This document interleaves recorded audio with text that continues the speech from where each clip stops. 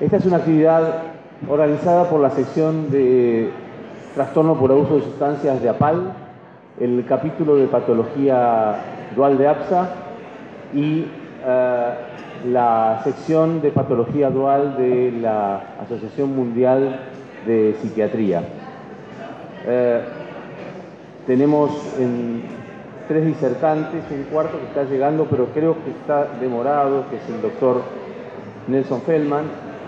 El título de nuestra mesa es Patología Dual, integrando el concepto a la salud mental, que si nos vienen siguiendo en el track de patología dual de este congreso, bueno, sabrán que lo que estamos pretendiendo hacer es universalizar el concepto de patología dual como de uso corriente o más corriente, con los fundamentos pertinentes que algunos fueron dados por ejemplo, en la mesa de la mañana. Tenemos con nosotros realmente para mí una mesa de lujo, un placer. Bueno, primero agradecerles a todos ustedes que estén acá en un día de sol, a mediodía, a la hora de comer, después de alguna trasnochada que tuvieron algunos. Pero para mí es realmente un placer y un honor tener con nosotros a tres disertantes ilustres y además que han venido de San Paulo, como la doctora Cintia Acevedo, la doctora Flavia Ismael y la doctora Elvia Vélez, que se ha venido de Medellín, Colombia. Entonces, nuestra primera exposición la va a dar la doctora Cintia de Acevedo Márquez, que es médica psiquiatra, es doctora en la Universidad de San Paulo, profesora auxiliar de enseñanza de las disciplinas de psiquiatría y psicología médica de la Facultad de Medicina del ABC, que ahora nos va a explicar qué es. Cintia, muchísimas gracias por estar acá y te escuchamos. Va a hablar en portuñol.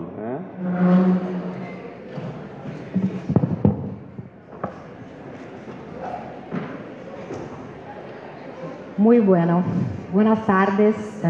Yo voy a tentar hablar un poquito en español, no es mi lengua, como vocês sabem, mas vou falar devagar para que vocês tentem me entender. Tudo bem? Bom, meu tema é a respeito de marihuana e um tema muito atual e muito intrigante até o momento.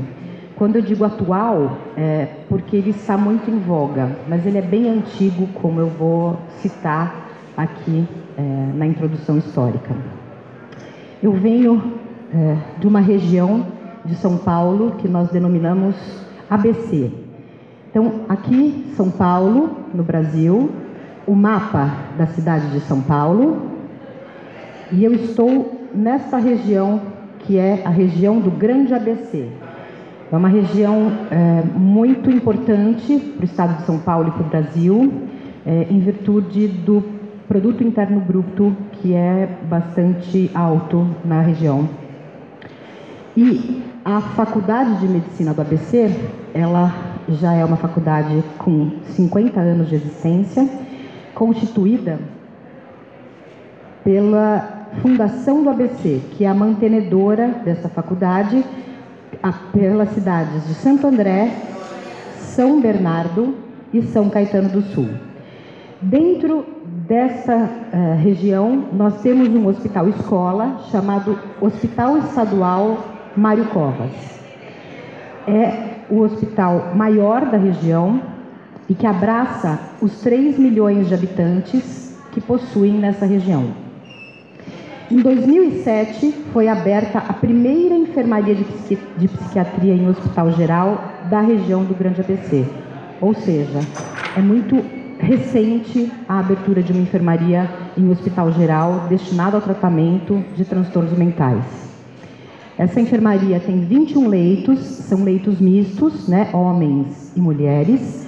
50% desses leitos são ocupados por dependentes de substâncias psicoativas e os outros 50% por tratar indivíduos portadores de outros transtornos mentais.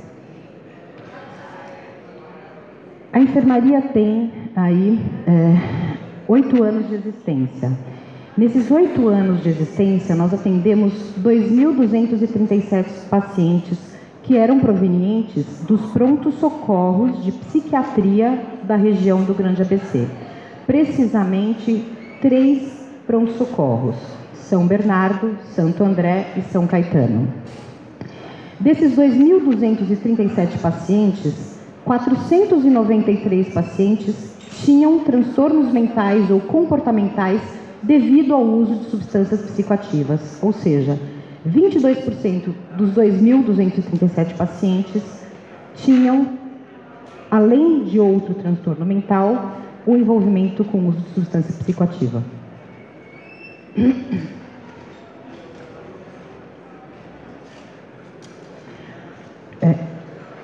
Dos 493 indivíduos avaliados, a maior porcentagem estava para F19, né, os transtornos mentais ou comportamentais devido ao uso de múltiplas substâncias. E aqui eu vou dizer para vocês que, na verdade, foram enquadrados assim porque nós ainda não possuímos o exame toxicológico que nos designasse qual de fato era a substância que o indivíduo utilizava. Nós precisávamos acreditar naquilo que ele nos dizia, numa entrevista clínica. Vejam, século XXI, Grande São Paulo, uma cidade, uma megalópole, nós não possuímos exame toxicológico para atendimento de pacientes.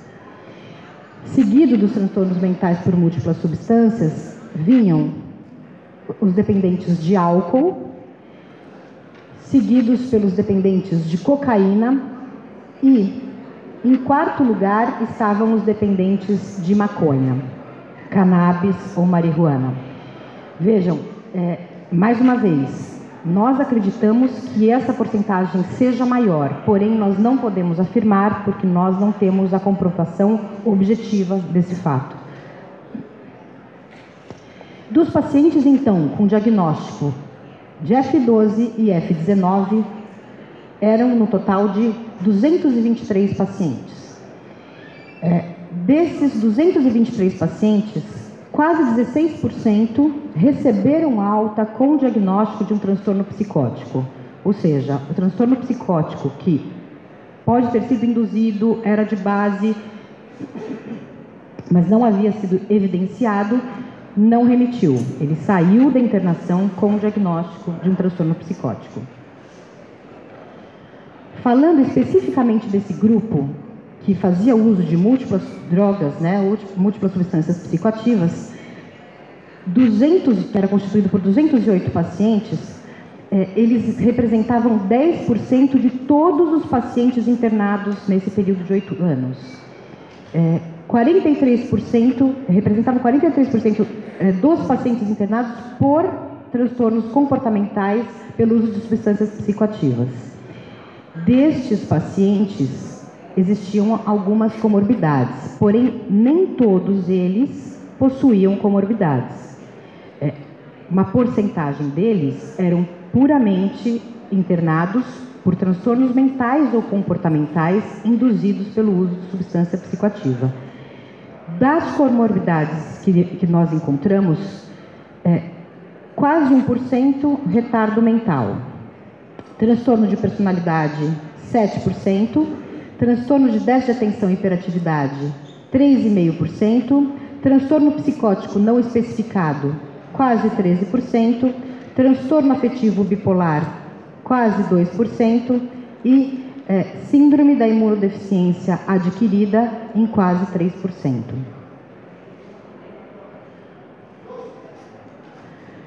Agora, desmembrando a nossa amostra, naqueles indivíduos usuários exclusivos de maconha, que se diziam usuários exclusivos de maconha, que representavam 15 pacientes de todos esses, ou seja, quase 1% dos pacientes internados em 8 anos, destes indivíduos, né, desses 15, 3% dos pacientes, os pacientes usuários exclusivos de maconha representavam 3% dos pacientes internados pelo uso de substâncias psicoativas, daqueles 493. 100% dos pacientes usuários de maconha tinham comorbidades. 100%. E quais comorbidades eram essas? Quase 90% transtornos psicóticos. 7% transtorno depressivo maior, 7% transtorno por hiperatividade e déficit de atenção. O fato mais curioso que nós encontramos foi 100% dos indivíduos terem uma comorbidade psiquiátrica além do uso, da dependência do cannabis.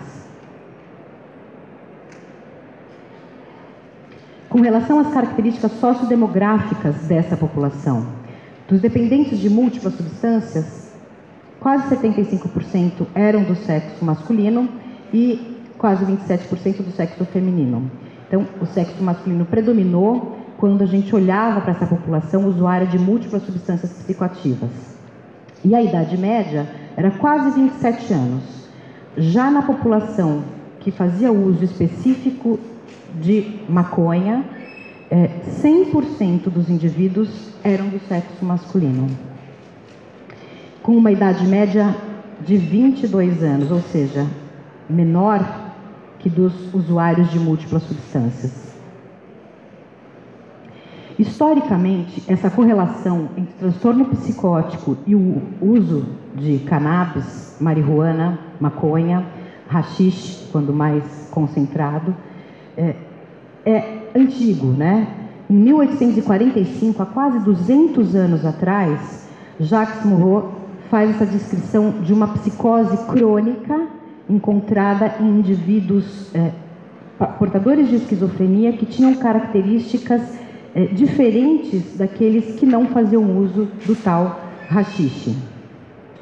Em 1932, Meyer-Gross faz também essa descrição de uma psicose crônica quando olhava para esses indivíduos portadores de esquizofrenia, que também era uma psicose de início mais precoce e que era diferente dos não usuários de maconha. Em 1970, Spencer faz uma descrição de um grupo muito parecido com a amostra que nós temos lá no nosso hospital. Ele descreve 12 indivíduos que procuraram o hospital em Nassau, né, Bahamas, que eram todos do sexo masculino, que nos últimos 12 meses tiveram uma alteração de comportamento severa após o uso da marihuana. Desde então, a gente tem uma gama imensa de estudos que mostram aí uma correlação entre o uso de marihuana e o aumento do risco para o desenvolvimento de psicoses. E que isso, de repente, estaria envolvido com vários fatores, né? Mas que não só o desenvolvimento de psicose estaria relacionado com o uso da marihuana, mas também encontraram a depressão, a ansiedade e o uso de outras substâncias associadas ao da marihuana. Para vocês terem uma ideia, no ano de 2005, existem mais de 3.000 artigos publicados sobre o assunto psicose versus marihuana, cannabis. Cannabis é a substância psicoativa mais utilizada no mundo depois do tabaco e do álcool. Estudos de corte prospectivo e populacionais sugerem que o uso de cannabis e o aparecimento posterior de psicose teria uma relação causal. Essa conclusão de que os autores chegaram de que teria uma relação causal seria baseada que estudos com uso de substância e idade precoce de aparecimento de transtorno psicótico, principalmente a esquizofrenia, seriam muito evidentes para que isso chegasse, para que tivessem essa conclusão. Alguns fatores estariam influenciando o desenvolvimento da psicose pós-uso da marihuana. Eles descrevem como sendo a quantidade da droga utilizada, a idade do primeiro uso e a vulnerabilidade genética. Porém, eu vou contar para vocês um pouquinho mais adiante, não só esses 3 fatores estariam influenciando o aparecimento ou não de psicose pós-uso de marihuana. Esse autor e seus colaboradores, em 2010, relataram que a associação entre o uso de cannabis e o início precoce de sintomas psicóticos estava associado com variáveis sociodemográficas, incluindo baixo status socioeconômico, ou seja, a casta mais pobre da nossa sociedade teria mais disponibilidade para o desenvolvimento de psicose, e indivíduos do sexo masculino. Foi o que nós encontramos na nossa amostra. Já esse autor, em 2005, sugeriu uma associação entre o início precoce do uso de cannabis e o desenvolvimento de psicose como sendo, estaria relacionado ao fato de que indivíduos jovens usavam mais cannabis e indivíduos mais velhos usavam menos. Tem muita controvérsia. O que temos de evidência até hoje com relação à exposição ao uso da marihuana, né? Com relação ao declínio cognitivo de jovens com sintomas psicóticos e o uso da marihuana, isso já é fato comprovado e esse indivíduo descreve muito bem numa meta-análise. O uso de cannabis e a perda cortical progressiva em áreas cerebrais ricas em receptores canabinoides tipo 1 durante os primeiros 5 anos de esquizofrenia. Também estaria reforçando aí o uso de cannabis, desenvolvimento. A presença da interação gene e ambiente, não só o polimorfismo dessa enzima, como outros genes estariam envolvidos, mas esse achado desse polimorfismo dessa enzima em especial é algo muito evidente em usuários de cannabis e que estaria associado a um aumento de risco para o desenvolvimento de psicose. Num estudo recente, de 2011, em pacientes em primeiro episódio psicótico, eles encontraram que usuários diários de marihuana tiveram mais facilmente sintomas psicóticos agudos em vigência da intoxicação da substância comparado a indivíduos que não usavam a substância diariamente.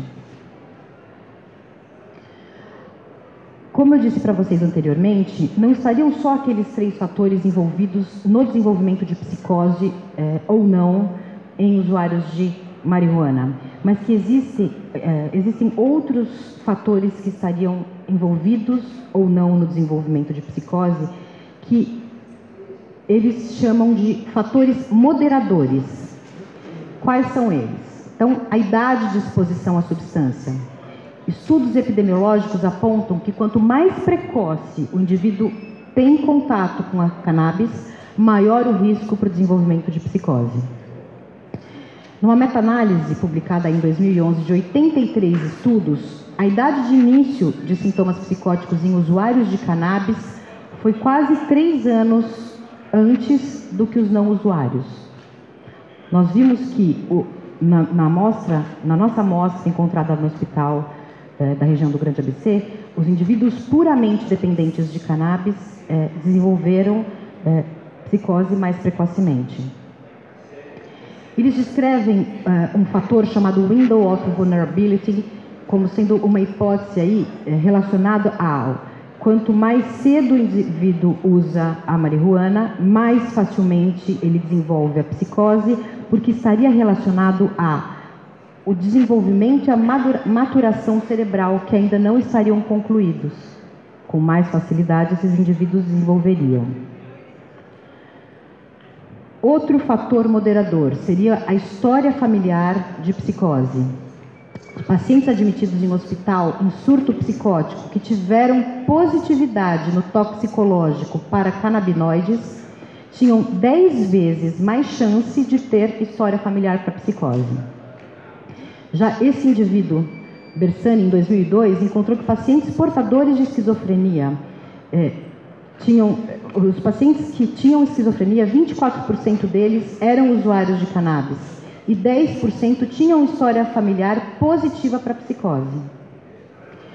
Estudos de segmento em pacientes que foram admitidos por psicose induzida por cannabis, 50% deles converteram para esquizofrenia ou outro transtorno psicótico. Então, fator história familiar como moderador também encontra dados muito positivos. História de abuso na infância. Crianças com história de abuso tiveram risco 12 vezes maior para desenvolver psicose nesse estudo de 2008. Já esse pesquisador e seus colaboradores, em 2010, encontraram um risco quase 21 vezes maior de desenvolver psicose após o uso de cannabis. Então, história de abuso na infância aumenta o risco altamente para o desenvolvimento de cannabis. Fatores genéticos. Como eu disse para vocês anteriormente, o gene, o polimorfismo da enzima, né, catecol-O-metiltransferase, e usuários com genótipo Val-Val-catecol-O-metiltransferase teriam um risco aumentado para desenvolver psicose. Mas, como eu disse para vocês, não só esse gene, temos aí pelo menos mais 3 já identificados. Relação temporal, gradiente biológico e outros itens que eu vou citar estariam associados como fator de causalidade, cannabis e esquizofrenia. Qual seria essa relação temporal descrita? Estudos experimentais mostram uma clara relação temporal entre a exposição aos canabinoides e o aparecimento de sintomas psicóticos. Tem também o fato gradiente biológico. Esse é um X difícil nos estudos sobre a relação cannabis-psicose. Por quê? No fundo, nós não sabemos qual é a dose específica de THC em cada maconha utilizada por cada indivíduo. E aí, consequentemente, é um viés muito grande. Qual seria o teor X para que aquele indivíduo desenvolvesse psicose ou não? Será que isso conta ou não conta? Uma pequena quantidade já é o suficiente? Seria um outro fator aí associado à vulnerabilidade, levando à causa. Quanto à especificidade, né, a associação entre cannabis e transtornos psicóticos ainda é muito baixa. Não temos algo muito específico que determine este fato. Estudos prospectivos de segmento encontraram quase 22% dos pacientes usuários de cannabis na baseline. Com relação à coerência, achados de estudos laboratoriais demonstraram os efeitos agudos psicóticos-like de canabinoides. E o uso de cannabis esteve associado com a exacerbação de sintomas psicóticos em pacientes com transtorno psicótico ou impacto negativo na manifestação e no prognóstico da doença. Com relação à neurobiologia, a fisiopatologia das psicoses ainda é algo desconhecido, embora já bastante estudado, com isolamento de regiões cerebrais que pudessem estar associadas aí ao desenvolvimento de sintomas psicóticos. Nós não temos isso muito claro, mas os mecanismos neurobiológicos podem ser plausíveis para explicar.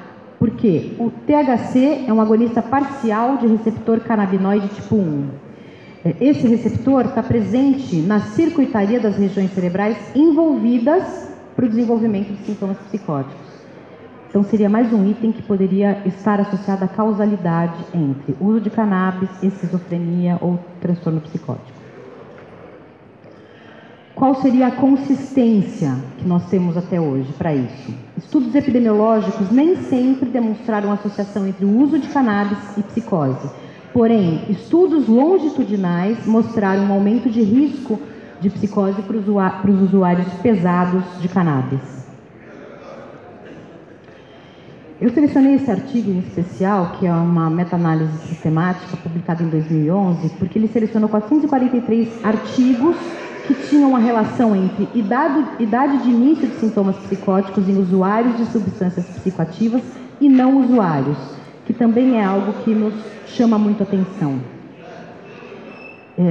Eles encontraram que a idade de início dos sintomas psicóticos em usuários foi de quase 3 anos mais jovens que não usuários, e o grupo de usuários de cannabis eram mais jovens. Concluindo, as limitações que nós encontramos quando a gente olha especificamente para nossa amostra, né? Nós não tínhamos a realização de exame toxicológico no momento da internação que nos deixasse se claro qual de fato era a substância que o indivíduo utilizava. A nossa amostra é pequena, de usuários exclusivamente de cannabis. Os dados encontrados nessa amostra foram semelhantes ao de achados mundiais, então indivíduos do sexo masculino, alta comorbidade com transtornos psicóticos, idade de desenvolvimento de psicose menor que para outras drogas. A natureza da relação entre o uso de cannabis e o desenvolvimento de psicose parece ser complexa, mas ainda permanece desconhecida. O tempo de exposição a cannabis seria fator independente para o desenvolvimento de psicose ou não? Ou seria dependente? Por isso eu acho que conhecer essa população é de extrema importância para que nós tenhamos isso mais claro, embora eu ache que talvez a gente ainda leve, não espero que 200 anos para chegar a uma conclusão sobre o fato, mas acho que falta muito. Esse é o nosso hospital, lá na região do Grande ABC, onde está a enfermaria de psiquiatria. E aqui uma tirinha para homenagear a população argentina do Congresso. Obrigada.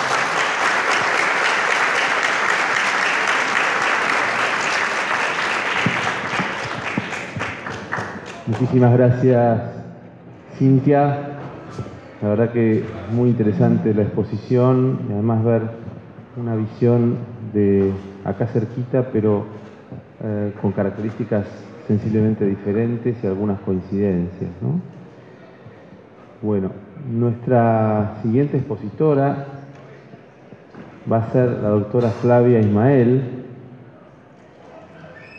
Flavia es una amiga como Cintia.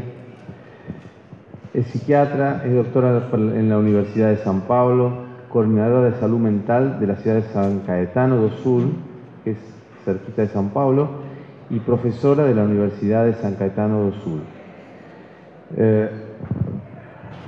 ¿Y cuál es tu cuál es? Beni, ¿cuál es? ¿Esta? ¿Esta?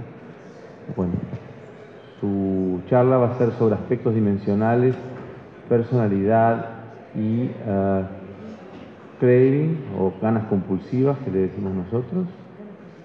Sí, al craving le decimos así. Y el tratamiento ambulatorio en dependientes de cocaína y crack, ¿verdad?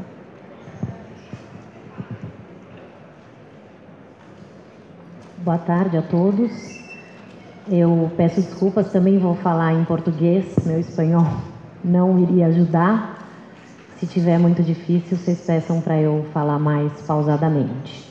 Meu nome é Flávia, eu sou coordenadora da saúde mental da cidade de São Caetano do Sul, na região do Grande ABC, e vou apresentar para vocês os dados da minha pesquisa de doutorado feito na Universidade de São Paulo.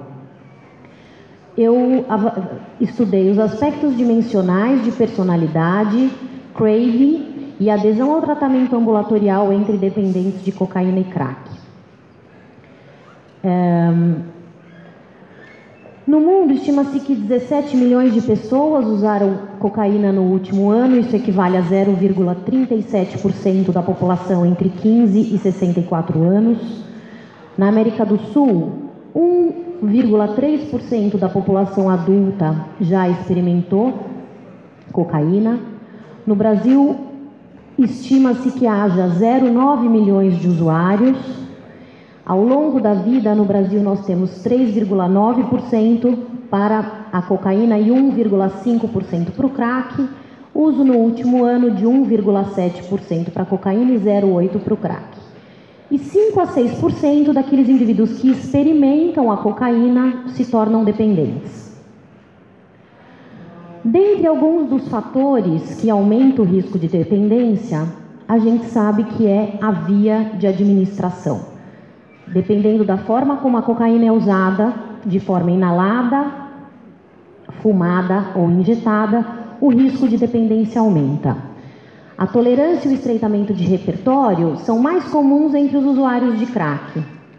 Os usuários de cocaína normalmente usam maior quantidade de álcool, os usuários de crack referem problemas com outras drogas, referem mais problemas sociais e de saúde e maior envolvimento com atividades criminais e menor permanência escolar. Em relação aos transtornos de personalidade, nós sabemos que existe uma grande associação entre o uso de cocaína e transtornos de personalidade. Na população geral, 10 a 13% apresentam um transtorno de personalidade, enquanto que entre os usuários de substância em tratamento, esse número varia de 37 a 60%. Dentre os usuários de cocaína, pode chegar a 70%. E uma das explicações para isso são as alterações neurofuncionais e comportamentais pelo uso. Então, nós sabemos que a cocaína age no cérebro, na área tegmental ventral, córtex pré-frontal, e isso pode, ao longo do tempo, alterar o funcionamento dessas áreas e piorar, fortalecer alguns traços de personalidade. Como essa associação entre o transtorno da personalidade e o uso de cocaína muitas vezes é difícil, a gente não sabe exatamente o que começou antes, na minha pesquisa eu optei por avaliar esses pacientes através da escala de temperamento e caráter do Cloninger. Então o Cloninger divide a nossa personalidade em 4 aspectos do temperamento, que são busca por novidades, esquiva ao dano, dependência de gratificação e persistência, e 3 características de caráter: o autodirecionamento, a cooperatividade e a autotranscendência.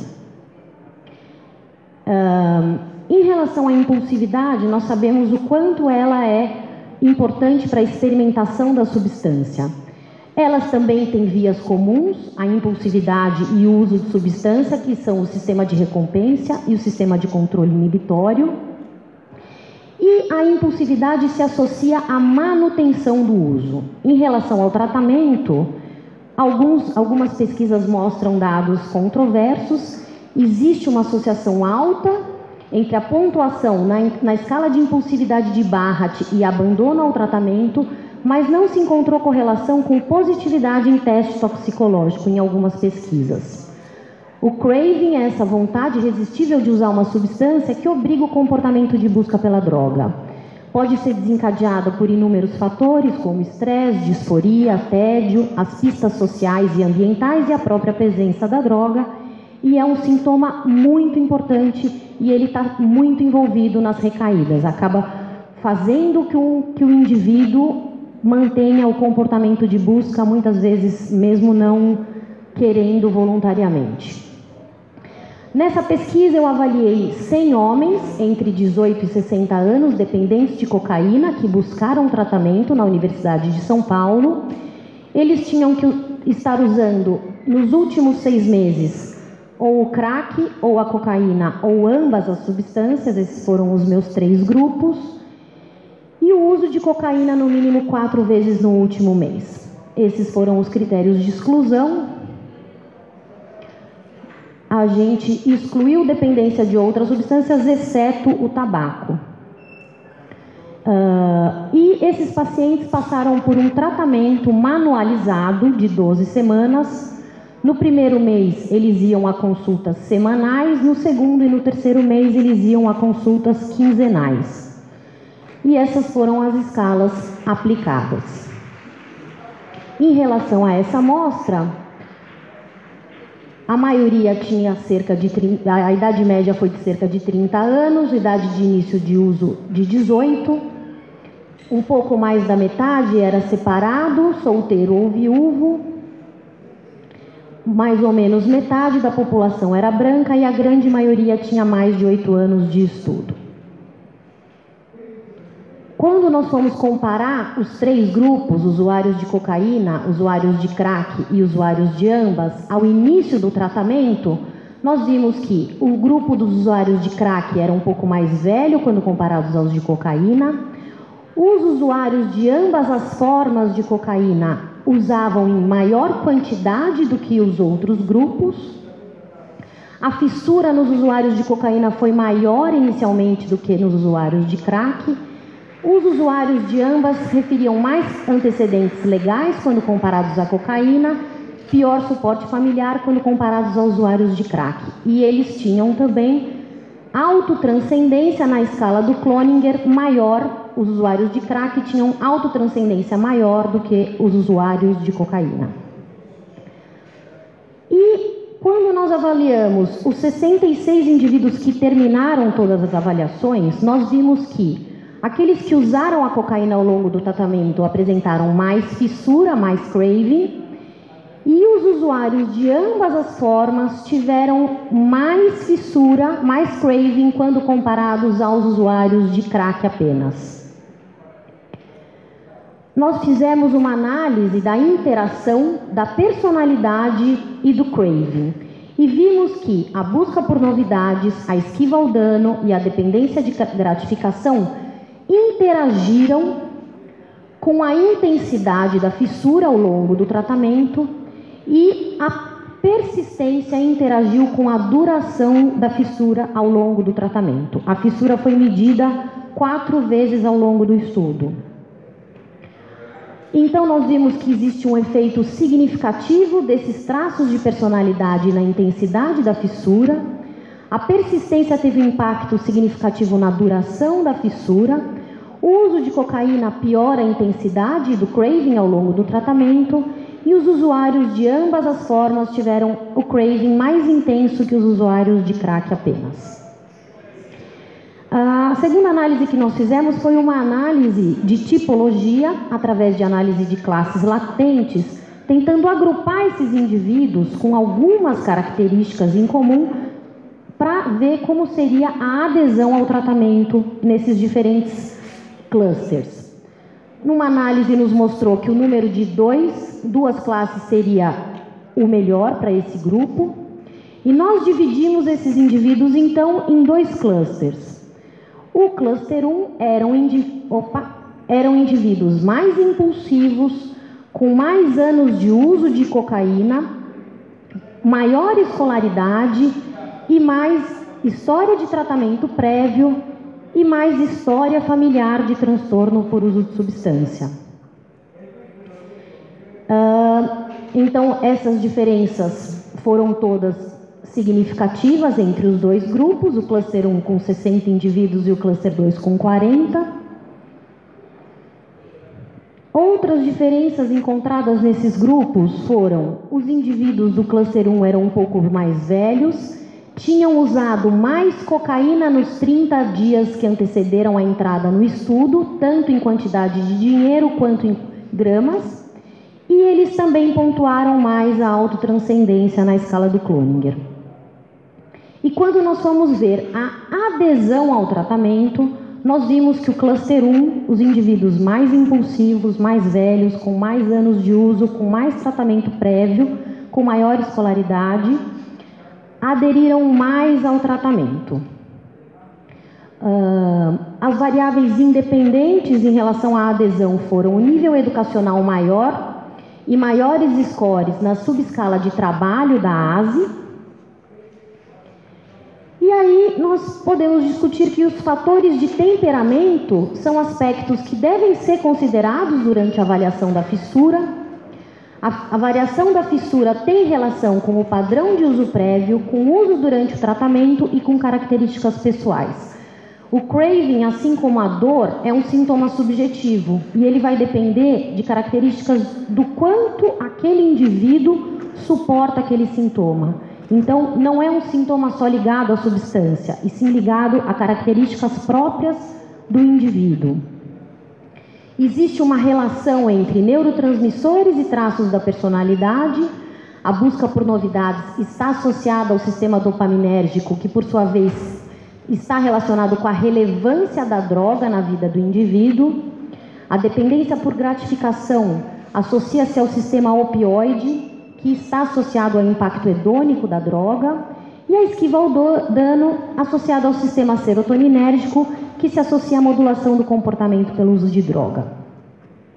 Em relação aos clusters, tempo de uso, problemas relacionados e maior nível educacional já tinham sido associados positivamente à adesão ao tratamento. História pessoal de tratamento, história familiar de transtorno por uso de substância e maior nível de impulsividade foram associados em outros estudos a menor adesão. O nosso estudo não reforçou esses achados. Uma das hipóteses é porque nós não avaliamos essas variáveis sozinhas, elas foram avaliadas agrupadas. Quando você agrupa as variáveis, elas acabam tendo uma força maior de interação. O cluster 1 houve uma maior autotranscendência. Uma das hipóteses é que eventos de vida que aumentam o senso de mortalidade, inadequação ou vulnerabilidade podem desencadear processos de desenvolvimento para um novo senso de identidade e expansão das fronteiras do self. Nós tentamos associar este achado com sintomas psicóticos ou psicótico-like, mas não encontramos essa associação na nossa amostra. Então, essa foi a principal hipótese para que eles tivessem autotranscendência maior. As limitações desse estudo é que é uma amostra pequena de 100 indivíduos, difícil captação, uma taxa de abandono alta, os critérios de inclusão eram um pouco restritivos, o uso de cocaína foi avaliado por autorrelato. Isso é um problema, principalmente no início, mas alguns estudos dizem que no follow-up o relato e o toxicológico costumam coincidir. Apenas aqueles que aceitaram voluntariamente o tratamento foram incluídos. Não houve outros incentivos e não houve um segmento pós-tratamento de 12 semanas. Então, a gente conclui que informações sobre as características pessoais associadas à falta de adesão podem ser avaliadas para o desenvolvimento de técnicas de tratamento mais eficazes. Com o desenvolvimento de cluster ou com a avaliação de múltiplas facetas do craving, nós nos tornamos mais capazes para entender e tratar esses quadros, que abrangem uma imensa complexidade e gravidade. E só para encerrar, quem quiser mais informações, esses dados que eu mostrei para vocês foram publicados na Revista Brasileira de Psiquiatria de 2014 e na Addiction Research Therapy em 2012. Muito obrigada.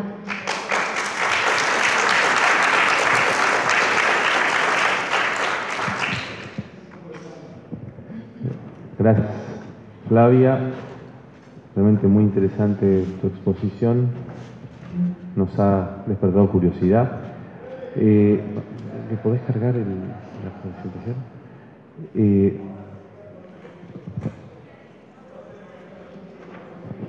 Vamos a cargar la presentación del doctor Feldman, que acaba de llegar. No, Elias, lo tuyo está cargado. Lo tuyo está cargado.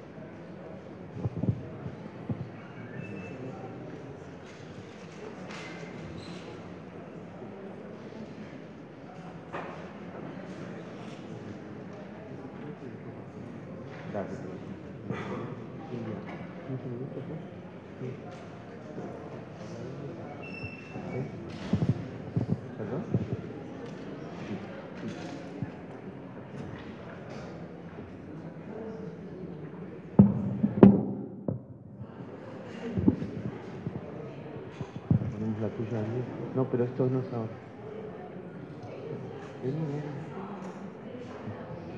Vení. ¿Cuál es la tuya? ¿Elia esta? No, sí. No, Cintia no. ¿Cuál es la tuya? ¿Esta será? No. ¿Marihuana? Pon esta. Sí.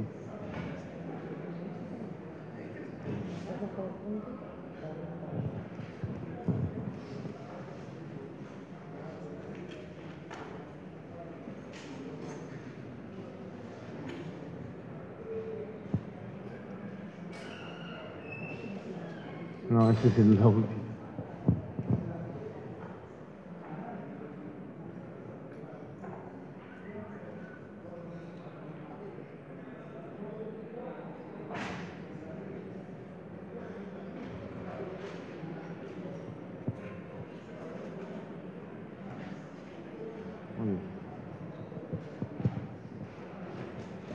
Muy bien, después de estas vicisitudes técnicas, vamos a escuchar ahora a la doctora Elvia Velázquez. Elvia es primero una amiga de mucho tiempo, es psiquiatra, epidemióloga, representante zonal de la Asociación Mundial de Patología Dual, coordinadora de trastorno por uso de sustancias de la sección de APAL y presidenta de la Asociación ALAD, la Asociación Latinoamericana de Adiccionología. Y nos va a hablar de los usos terapéuticos del cannabis marihuana. Elvia, te escuchamos y gracias por estar. Muchas gracias. Es un gusto compartir esta mesa con las colegas de Brasil, el doctor Feldman, y agradecer al doctor Vidia por la invitación. Vamos a hablar de este tema que en cierta forma está de moda en Latinoamérica y que nos sorprende que la marihuana, que ha sido pues una sustancia que ha estado en el banquillo siempre de los acusados, en este momento se está promoviendo para usos medicinales. Ha sido el mal y ahora se ofrece el bien. Claro que el hecho de los usos medicinales de la marihuana no es tampoco nada nuevo. Desde los tiempos inmemoriales la marihuana se ha promovido en usos terapéuticos que incluso han llegado a farmacopeas. En la farmacopea china en algunas partes está incluida se incluyó en una farmacopea occidental. Sin embargo, los usos terapéuticos de la marihuana nunca han sido reconocidos por la medicina occidental y se usa, es una forma popular y restringida e ilegal prácticamente, porque todas las formas de marihuana, cultivos, usos, tráfico, todo está prohibido.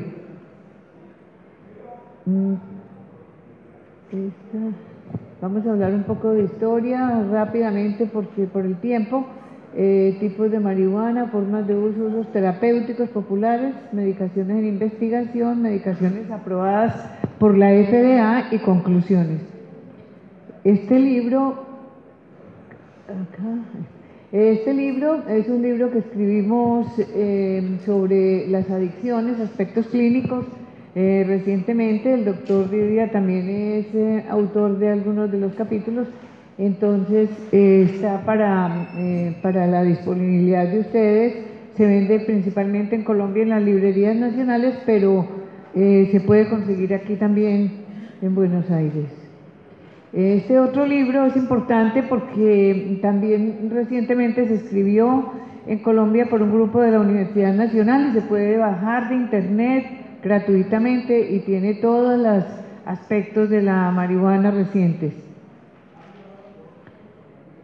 Entonces tenemos que la marihuana desde muchos años, el cultivo y de muchos usos, se llega a pensar que más de 12.000 años puede estar la marihuana en la historia, pero se usaba, era con fines muy diferentes, como cáñamo, para amarrar buques, etcétera, como fibra, como alimento para pequeños animales domésticos, por sus propiedades medicinales. Los chinos la consideraban una planta liberadora del pecado, y la inclusión en las farmacopeas.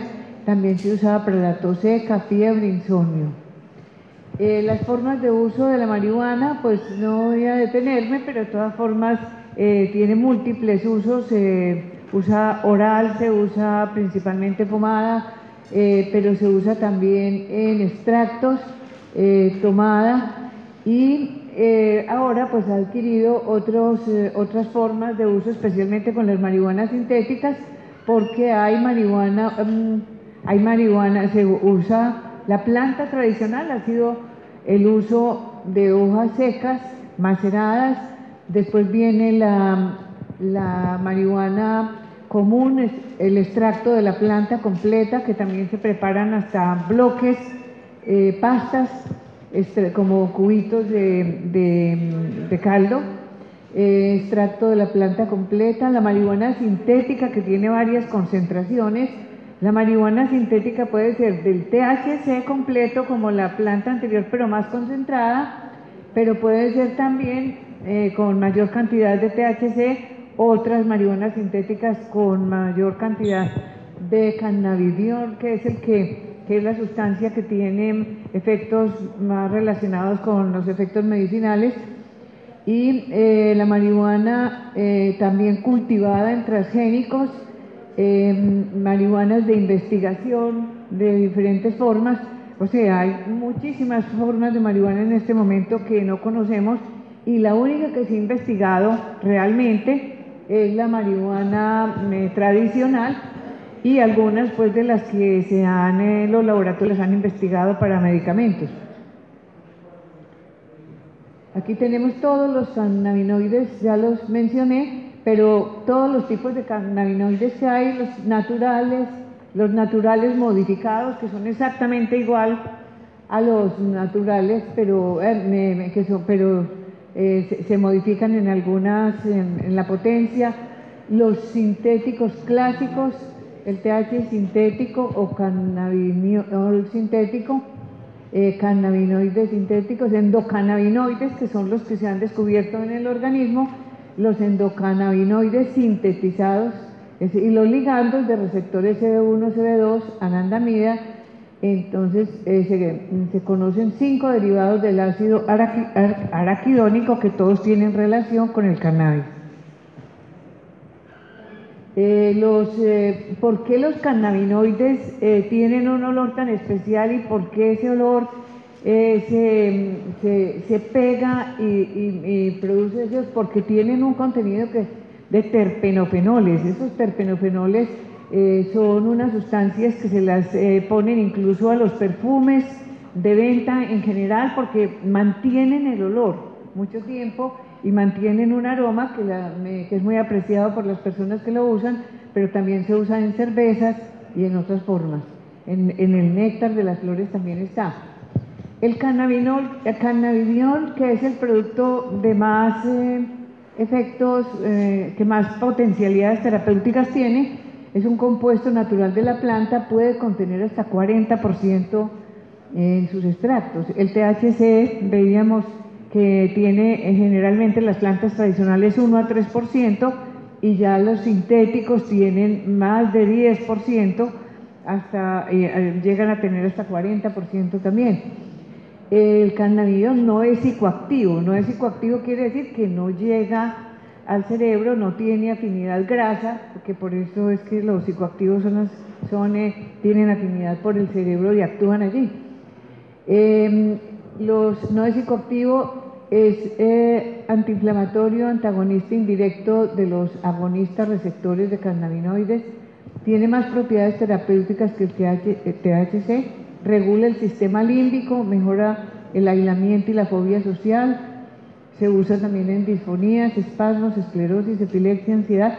Es decir, son cantidades de usos terapéuticos que se promueven, pero ahora vamos a ver que solamente está aprobado para 2 o 3 indicaciones muy restringidas. El término marihuana medicinal, estudios científicos de algunos químicos de la marihuana llamados cannabinoides han llevado a la creación de 2 medicamentos en forma de pastas, que son el dronabinol y el nabilon. Esos son los 2 aprobados por la FDA principalmente. En Colombia, por ejemplo, se aprobó la marihuana medicinal, es decir, salió un decreto, no hubo todavía una ley, sino un decreto en que aprueban la marihuana medicinal, principalmente basados en las consideraciones de que las convenciones internacionales de sustancias tienen un parágrafo que dice todo está prohibido salvo prescripción médica. Entonces, si se usa para prescripción médica, aparentemente pueden ser utilizados, y de ahí viene una reglamentación donde permiten los cultivos de marihuana con permisos pues estatales y muchas restricciones, el uso para laboratorios, y el uso incluso de plantas individuales en pequeña cantidad.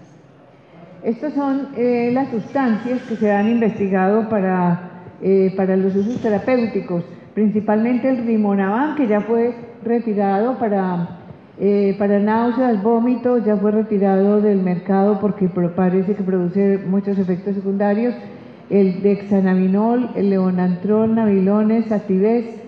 El nabilone se usa lo mismo en indicaciones que el rimonabant, y el Sativex que se usa es para la esclerosis múltiple, los dolores de la esclerosis múltiple. Camnabinol, tetrahidrocannabinol, dronabinol y la planta de cannabis. Estas son las medicaciones y los nombres comerciales. Marinol, que es el dronabinol, comprimidos de 2,5 miligramos de THC, el Sesamed, nabilone, que es otro cannabis sintético, el Sativex, que es para la esclerosis múltiple, el Epidiolex, en la epilepsia, pero lo han investigado muchísimo, pero no ha sido aprobado todavía, y otro que se llama Acomplia, el rimonabant, que luego de aproximadamente 2 años en el mercado en Europa fue retirado por los efectos secundarios. Aquí tenemos, todas las potencialidades terapéuticas que se están investigando, y que al autorizar el decreto de marihuana medicinal, entonces los laboratorios pueden investigarlo para todo tipo de asuntos. Seguimos aquí el dolor neuropático, el asma, el glaucoma, las náuseas, la adicción a drogas, pero como les dije, solamente 2 están aprobadas por la FDA y las personas las siguen utilizando pues en muchas formas. Tenemos aquí el Sativex para la esclerosis múltiple. De todas formas, a estas alturas de la investigación quedamos en que hay 2 aspectos. Los daños de la marihuana están, puede que haya algunos daños que no están tan comprobados, pero es decir, el hecho que produce psicosis, tanto inducidas como que aumenta el riesgo de esquizofrenia, es muy alto. En un estudio de South London, sobre todo con marihuanas de alta potencia, se comparó un estudio de casos y controles en que se estudió solamente primeros casos de psicosis. ¿Cuántos eran producidos cuántos tenían asociación con marihuana y cuántos no? Y de todas las personas que consumían marihuana tenían más riesgo de psicosis, y aproximadamente 1 de cada 4 de los que consumían marihuana, dependiendo de la cantidad que consumieran y de la potencia de la cannabis, tenían muchísimo más riesgo. O sea, en ese estudio de casos y controles quedó comprobado que era una evidencia que las marihuanas de alta potencia y las que no son de alta potencia también tienen riesgo de producir la psicosis. Y las realidades de los daños de la marihuana son una evidencia. Los usos terapéuticos son solo una promesa, porque incluso los que están aprobados por la FDA pues todavía no se comercializan ampliamente, no se usan ampliamente, y pueden tener sus efectos negativos, no tanto por la adicción del paciente, sino porque disminuyen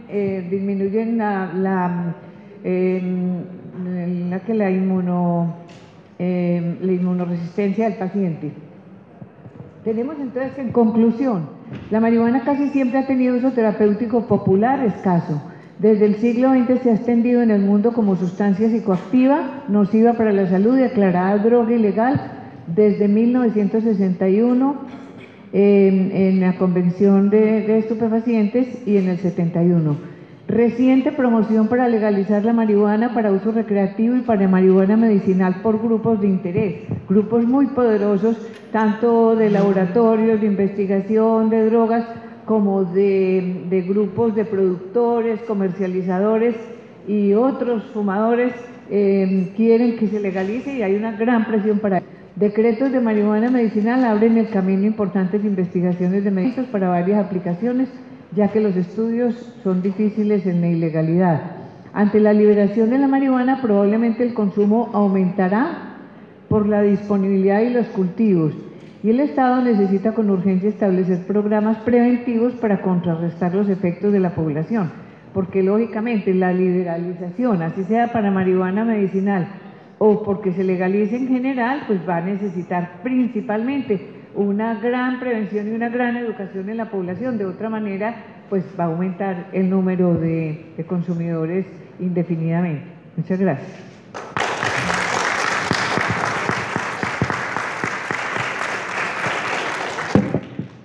Muchísimas gracias, doctora Elia.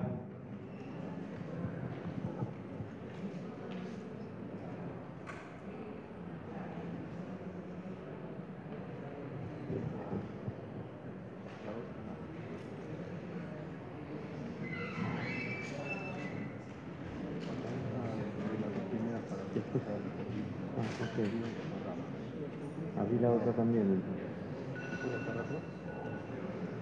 Sí, sí,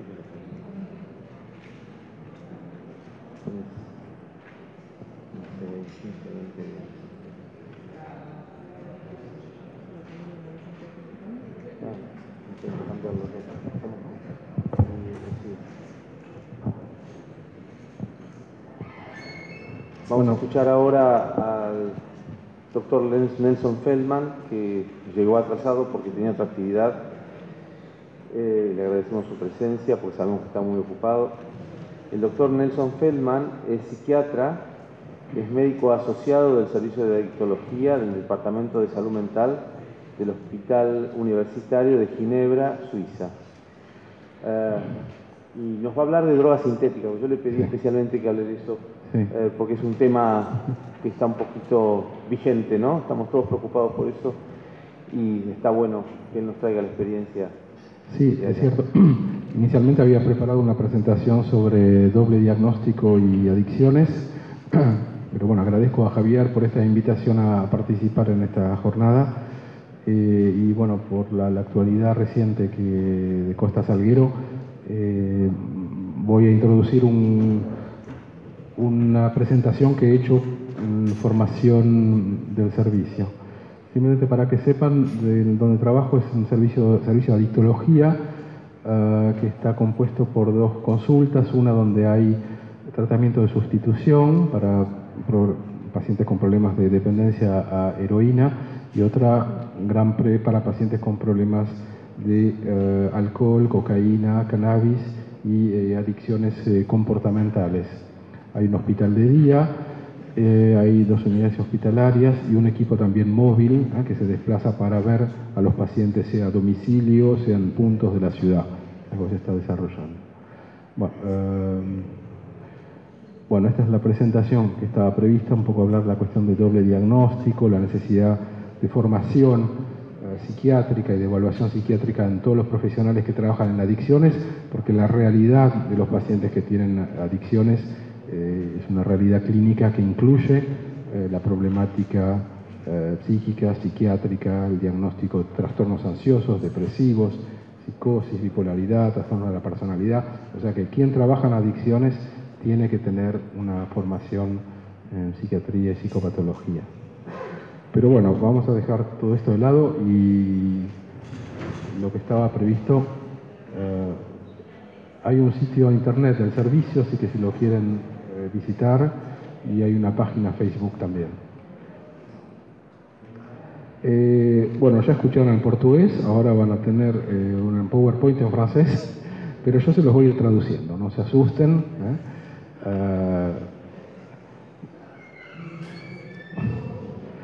Que toca el tema de las drogas de síntesis, porque es una actualidad allí en Europa también, es algo que está aumentando de manera exponencial desde hace años. Y entonces, bueno, es una presentación que yo hago de formación para colegas y formación interna y externa. En Europa está el Observatorio Europeo de Drogas, que tiene un portal internet accesible. Después pueden ver ahí en español incluso los informes recientes del observatorio sobre las drogas sintéticas. Así que tienen información al día sobre lo que se está viendo en Europa sobre las drogas sintéticas. Este laboratorio constató un aumento exponencial en la producción de nuevas drogas. Hace 2 años atrás decían que detectaban una nueva droga por semana. En 2011 habían descubierto 50, en 2010 muchas más. O sea, las nuevas drogas se van agregando a las otras.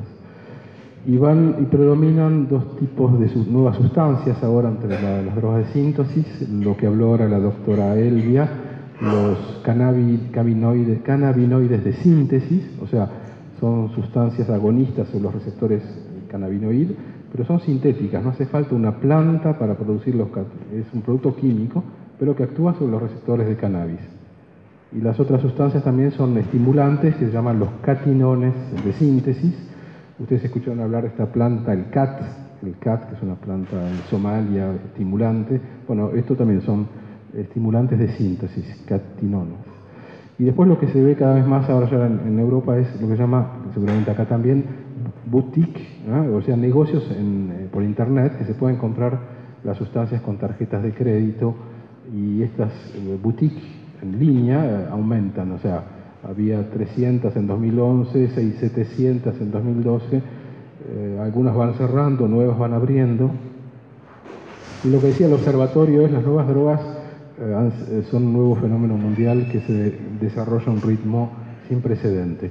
Entonces el acceso es bastante fácil por internet, carta bancaria, y se recibe por correo, correo postal. Existen, por supuesto, los laboratorios clandestinos de pequeña talla, pero también existen los laboratorios de gran talla y que pueden producir productos mucho más sofisticados. La particularidad es que este tipo de población que usa las sustancias de síntesis no son los, digamos, adictos tradicionales que se ven en los centros de adictología, en los servicios. Es señor y señorita cualquiera que busca, sí, una cierta estimulación en un contexto festivo y que piensa que esas drogas lo pueden ayudar a estimularse, a luchar contra la fatiga. No son personas que presentan generalmente problemas de dependencia. Hay una cierta banalización del uso, porque es algo que se generaliza, y hay ya una bibliografía que está aumentando sobre la toxicidad de las diferentes sustancias. Y bueno, se están repertoriando ya hace años accidentes mortales por esas sustancias. Se creó incluso en el 97 en Europa un sistema de alerta rápido, ¿no? Porque hubo algunos festivales. Bueno, antes eran sustancias que pululaban en los festivales rave, pero ahora ya no. Son sustancias que circulan en discotecas, en fiestas privadas. No es necesario que haya una fiesta electrónica de 5.000 personas para que haya estas sustancias. El uso ya se ha generalizado al contexto festivo en general. Por eso incriminar a la música electrónica de esto es bastante reductor.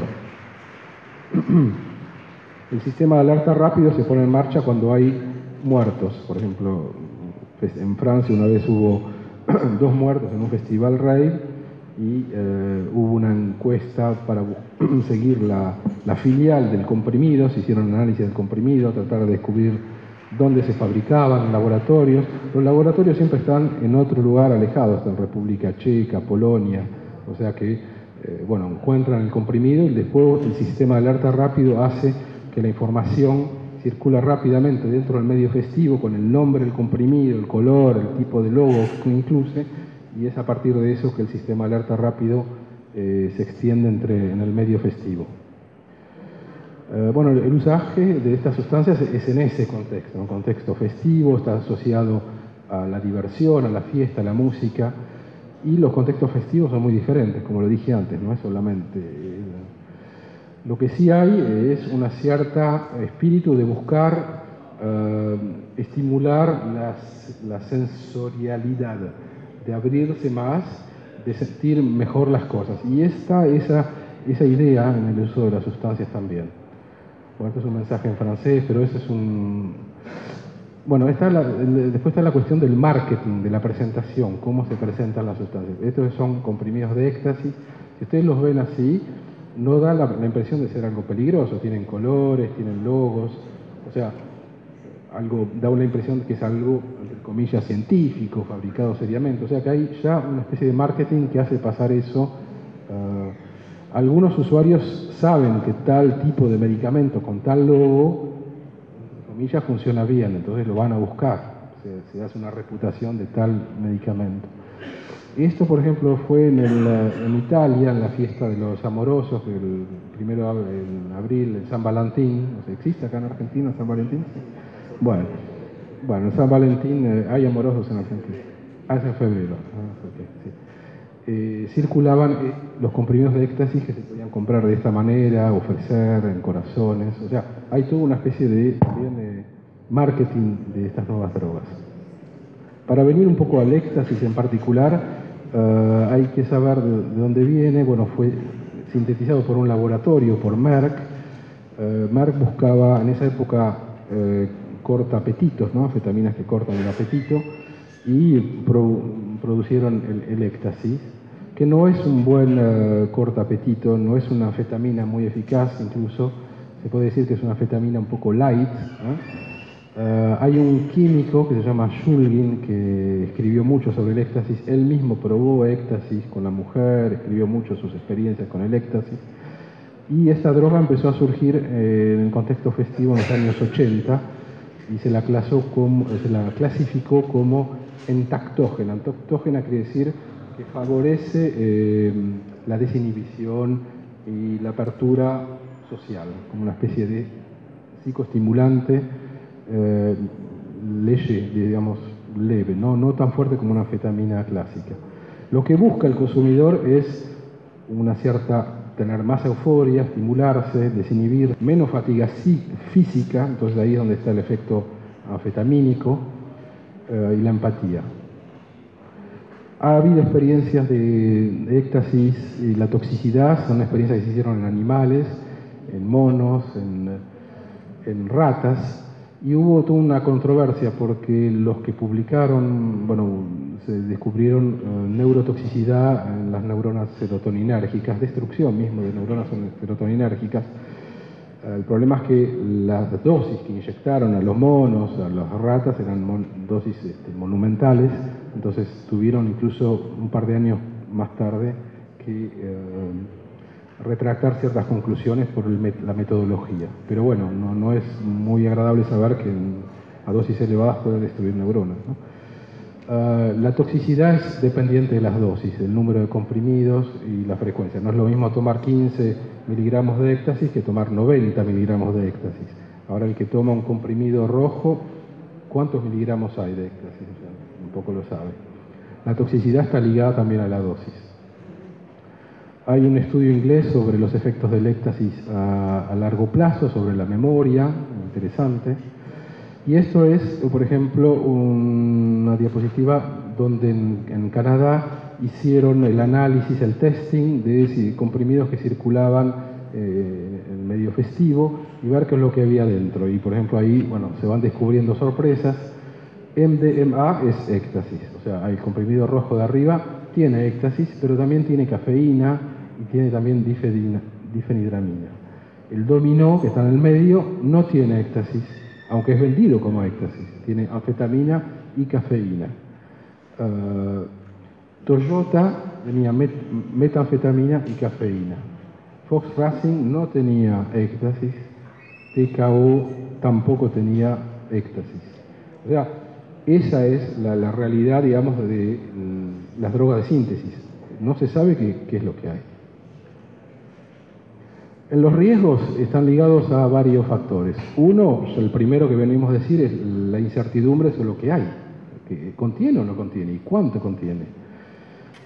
Si hay otras sustancias asociadas, hay por ejemplo anfetaminas, de esas estuve hablando bastante acá en Buenos Aires, que son mucho más fáciles de fabricar, porque los precursores químicos se pueden encontrar más fácilmente, como PMA, y son anfetaminas más cardiotóxicas, o sea, El que consume busca un efecto psíquico, no siente el efecto psíquico, entonces toma una segunda, una tercera, y el efecto cardiovascular, en cambio, sí aparece. Entonces ahí es donde hay problemas de arritmias o otro tipo de problemas.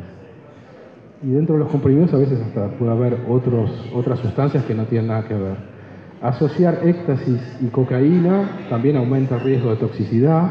Asociar éxtasis y alcohol aumenta también el riesgo de toxicidad. La deshidratación también, o sea, alguien que baila, que no toma agua en un lugar caliente, hay un factor de riesgo de toxicidad que aumenta. Y eso es lo que puede provocar la hipertermia. La hipertermia, que es, para ustedes psiquiatras lo saben, es el síndrome serotoninérgico que provocan los neurolépticos. Esa es la hipertermia del éxtasis, el síndrome serotoninérgico, porque el éxtasis es agonista serotoninérgico. Bueno, algo también descrito con el éxtasis es en los grandes consumidores de éxtasis, que digamos que son regulares, es problemas de flashback. Sienten el efecto del éxtasis justo el día que es el cumpleaños del abuelo. Y no es muy agradable. Eso se ha descrito en la literatura, ahí tienen incluso un texto en francés. Los riesgos entonces están asociados a dosis elevadas, a la frecuencia de consumo, a las mezclas con los otros psicoestimulantes, a la deshidratación, al calor del lugar y por supuesto está la vulnerabilidad individual. Quizás en Costa Salguero hubo algunos que tomaron lo mismo que otros que se murieron y no les pasó, entonces está también ese factor. Las complicaciones somáticas, bueno, van desde las más leves, náuseas, vómitos, contracturas musculares, por eso a veces usan chupetines, pues los chupetines alivian un poco las contracturas de las mandíbulas. Y las complicaciones más serias son, bueno, la hipertermia maligna, que es un síndrome serotoninérgico, es una urgencia médica, las arritmias cardíacas y también accidente cerebrovascular. O sea,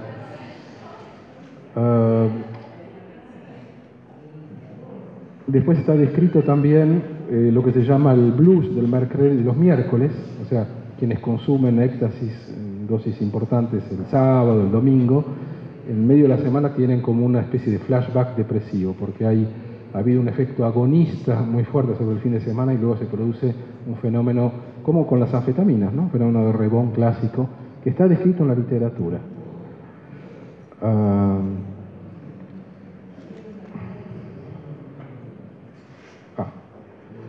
Después está la cuestión de reducción de daños, por ahí eso voy a decir algunas cosas, porque está la política de reducción del daño, que es sabiendo que hay personas que van a consumir sustancias que no se puede evitar, por más que sean ilegales o legales, como con el alcohol, ¿qué se puede hacer para que esas personas que van a consumir estén menos a riesgo, si es posible? Entonces está la cuestión de todas las asociaciones que intervienen en el medio nocturno, en el medio festivo. En Suiza existen varias, según las ciudades, con subvenciones públicas, subvenciones de la región o de la ciudad, y que se ponen en contacto con los organizadores. Los organizadores a veces les interesa que estén estas asociaciones porque eso les da una especie también de cobertura de prevención, porque para ellos no es bueno que ocurra un drama para un organizador de eventos. Entonces hay un trabajo con los organizadores para que haya, por ejemplo, agua accesible, bebidas no alcohólicas también a precios accesibles, que haya espacios abiertos o espacios de pausa, como se dice, espacios de chill out. Y en ciertas ciudades suizas ya se está haciendo lo que se llama el testing, es decir, hay tres tipos de testing. Un testing que es el más simple, entre comillas, el más barato, pero no es el mejor, por supuesto, como siempre, el más barato no es lo mejor, que se llama el test de Marquis. Por ejemplo, son estas asociaciones que pueden hacerlo. Es un test químico rápido que dice si hay o no éxtasis en el comprimido. Si hay éxtasis, pero no se sabe qué dosis es. Si no hay, no se sabe qué es lo que hay en lugar del éxtasis. O sea que es un test no fiable. Los dos otros test que se están haciendo ahora son otros. Uno es un químico cantonal, el químico, por ejemplo, del cantón de Berna, tiene un equipo móvil y en Zúrich, por ejemplo, para darles un ejemplo, hay todos los veranos lo que se llama la Lake Parade, que es una gran fiesta electrónica en Zúrich que dura 2 días enteros, que hay 1 millón de personas, porque viene gente también de Alemania, de otros países, y la ciudad de Zúrich, con la Asociación de Prevención de Reducción del Daño en Medio Festivo, hace venir al químico cantonal de Berna, que viene con un equipo móvil, que es toda una camioneta, tiene todos sus reactivos, y al cabo de 1 hora y media, 1 hora y media, él puede dar un resultado exacto de lo que hay en el comprimido.